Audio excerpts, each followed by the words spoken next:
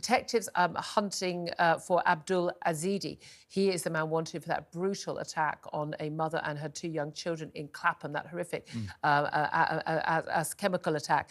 They believe that his body has now been recovered from the River Thames. It was thought that that was the last time he'd been seen on Southwark Bridge, and that he would, that his body would be found in the Thames. But at around 4 o'clock on yesterday afternoon, the crew of a boat reported they had seen a body in the water at Tower Pier, that's very near here, where we are right now, and the body was recovered by the Metropolitan Police's Marine Policing Unit, and it has been viewed by detectives working on the investigation hunting Abdul Ezedi, because he hasn't been seen since the night of that attack, which left a mother in hospital and 2 young children, and also, I mean, another 9 people, passers-by and the police, injured in that horrific chemical attack. So it was believed that he may have either fallen or thrown himself into the river. It does look like that manhunt may be at an end, and that it is his body that has been found, which would be a good thing.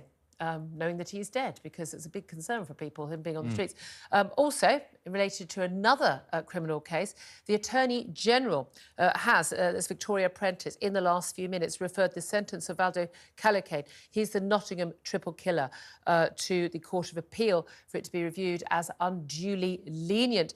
He, of course, was a paranoid schizophrenic. He was handed an indefinite order to be detained in a high-security hospital after he pleaded guilty to manslaughter, but not murder, of 2 students and a caretaker on the basis of diminished responsibility. The family spoke out at the time, and many others did as well. Victoria Prentis, the Attorney General, has asked appeal judges to decide whether his sentence was unduly lenient and whether it should be increased so that he would face prison if he was released from hospital, as opposed to being allowed back on the streets.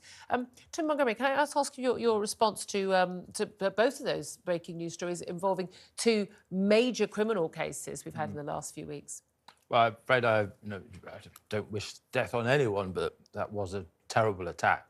And, I think a lot of people were very fearful, I come from Salisbury, and anything to do with chemical attacks worries me. Yep. But yeah, I'm glad that people can rest a little bit more easily now he's gone. And, that takes us to the second issue, which is just generally there is this problem of lenient sentencing. Yeah.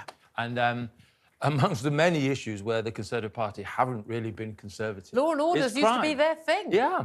And the Home Office is part of the reason why it's dysfunctional is that this department is way too big. Most countries in the world have a separate borders agency with dedicated professional people and politicians so you can focus on that issue, because it's different from criminal justice. And actually, one of my criticisms of Suella Braverman in particular when she was Home Secretary wasn't so much her position on immigration. I largely agreed with it. It was that actually she spent so much time on immigration, she was neglecting the first job, which is crime and policing. Tom Slater, I mean, again, these stories are both just about sort of failures in the system, aren't they?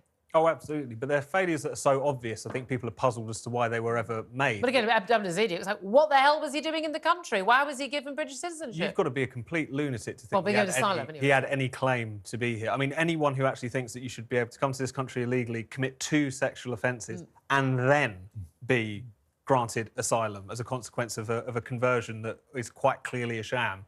No one believes that, and yet these things are... We hear stories about this all the time, and it's not just Abdul Ezedi, there's been a string of these cases. Yeah, exactly. This is the one that's only come to light because of the crime that he has committed. We'll keep you up to date on any developments on either of those stories.